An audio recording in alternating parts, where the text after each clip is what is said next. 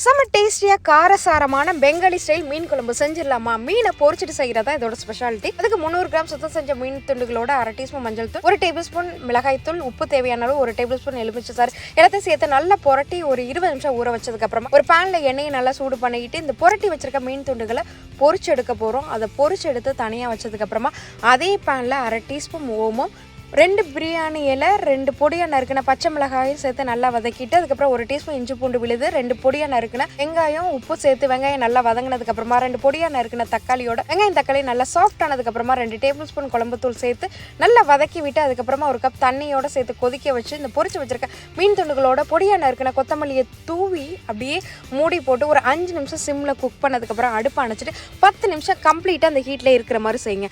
அப்புறம் என்ன, நல்ல சுட சாதத்தை வடித்து அதில் போட்டு இந்த மீன் குழம்பை புரட்டி எடுத்து சாப்பிட்டு பாருங்கள். டேஸ்ட் அமோகமாக இருக்கும்.